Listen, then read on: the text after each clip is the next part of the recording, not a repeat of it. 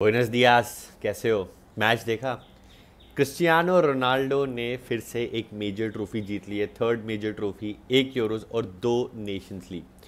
अब आप कुछ भी कह लो, ही डिजर्व्स इट। उन्होंने इक्वलाइजर मारा और 40 की एज पे भी वो डिलीवर कर रहा है, एक कंट्री को लिटरली कैरी कर रहा है। पोर्चुगल को अभी भी वो रेलेवेंट बना रहा है। अब देखना ये है कि can he do the same in the world cup. और रोनाल्डो ने ना एक चीज़ और करी, लमीन यमाल को हम्बल कर दिया।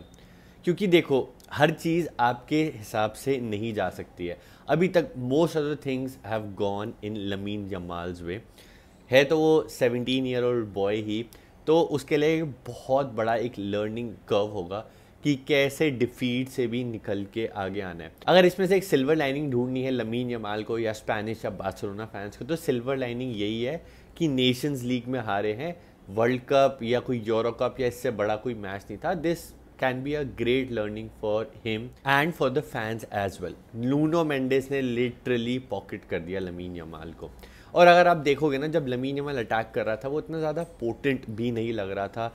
कहीं ना कहीं उस पर 3 से 4 प्लेयर हर बार जब वो अटैक करके जो अंदर कट इन करता है के लिए जा रहा था, तो बहुत ज़्यादा डिफेंस थी and he looked a little bit of. उसका एग्जैक्ट रीज़न मेरे को नहीं पता कि क्या रीज़न था, कि वो थोड़ा ऑफ लग रहा था, ऐसा लग नहीं रहा था इंटरेस्टेड है, उसी पेस से भाग नहीं रहा था। बट ठीक है, आई फॉरगिव हिम क्या बोलूँ। This happens in football. आप हर बार हर मैच नहीं जीत सकते हो, हर चीज़ आपके हिसाब से नहीं जाती है। So great learning for Lamine Yamal and another trophy for Cristiano Ronaldo. Match के बारे में अगर मैं बात करूं तो first half was complete domination by Spain.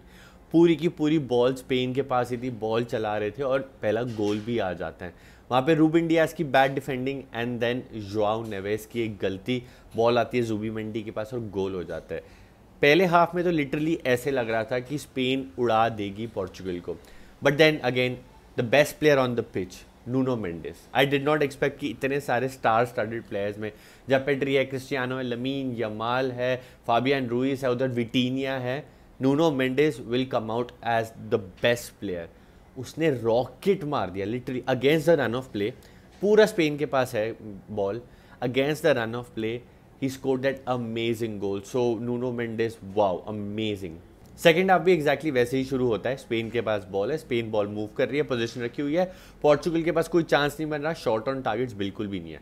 गोल आ जाता है against, what a finish bye ओयासा ball, beautiful ball by Pedri to ओयासा and उसने बॉडी को टर्न किया अपने राइट फुट से, मेसी लाइक फिनिश कर दिया इजीली 2-1। अब यहाँ से लग रहा है स्पेन तीसरा मारेगी और गेम कंट्रोल कर लेगी, but again it was Nuno Mendes. फिर से वो एक पावरफुल रन बनाते हैं, क्रॉस के लिए जाते हैं, डिफ्लेक्ट होती है बॉल, कुकुरेया बॉल को ढंग से जज नहीं कर पाते। ऑफेंसिवली पास लेने के वाइज, पास को करने के लिए Cucurella is amazing, but when it comes to defending Cucurella laggy थे इस मैच में। And a proper striker's finish by Cristiano. उन्हें पता था बॉल कैसे आने वाली है, बॉल को कैसे जज करना है, फ्लाइट को, one touch shot goal, 2 shots on target और दोनों गोल। बहुत ही ज़्यादा एफिशिएंट फुटबॉल खेली पोर्चुगल ने एंड उसके बाद पूरी गेम चेंज हो गई। उसके बाद कंट्रोल करने लग गई पोर्चुगल ने काफ़ी मूव उसके बाद कंट्रोल किए, बॉल उनके पास थी, अटैक पे अटैक हो रहा और ऐसा लग रहा था कि तीसरा गोल आ जाएगा पोर्चुगल का। Now where did Spain go wrong? 75th 80 minute के आसपास मेरे हिसाब से गलती हो गई। He miss the trick. Luis de la Fuentes के बारे में मैं बात कर रहा हूँ। उन्होंने पेड्री भी हटा दिया, फाबियन रूइस भी हटा दिया। इन गेम इसको वॉज गुड, इसको ने बहुत अच्छा शॉट भी मारा जो डिएगो कोस्टा ने सेव कर दिया।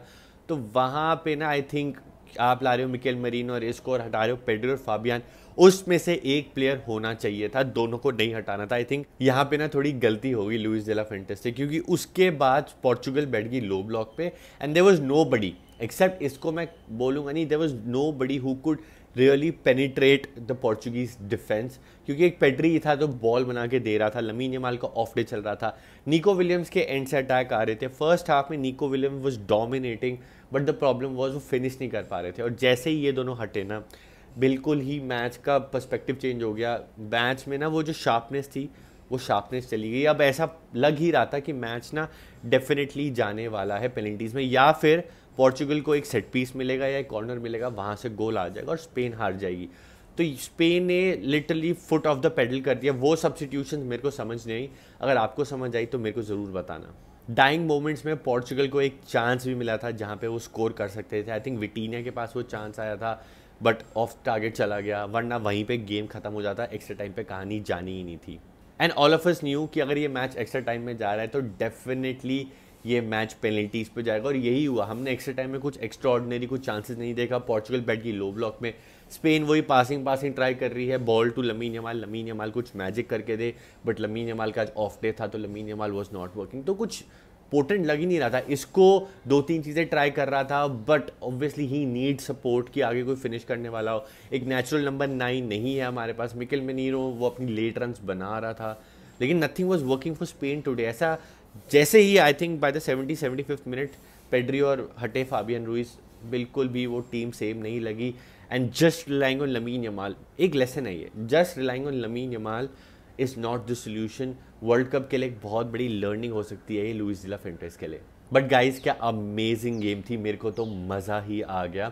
And literally seeing Ronaldo do it at the age of 40 gives me inspiration, gives an inspiration I think to everybody. अगर आप एक टीनेजर हो या इन योर लेट 20s हो, that you still have to work hard, does not matter आपने क्या achieve कर लिया है और क्या बचा हुआ है।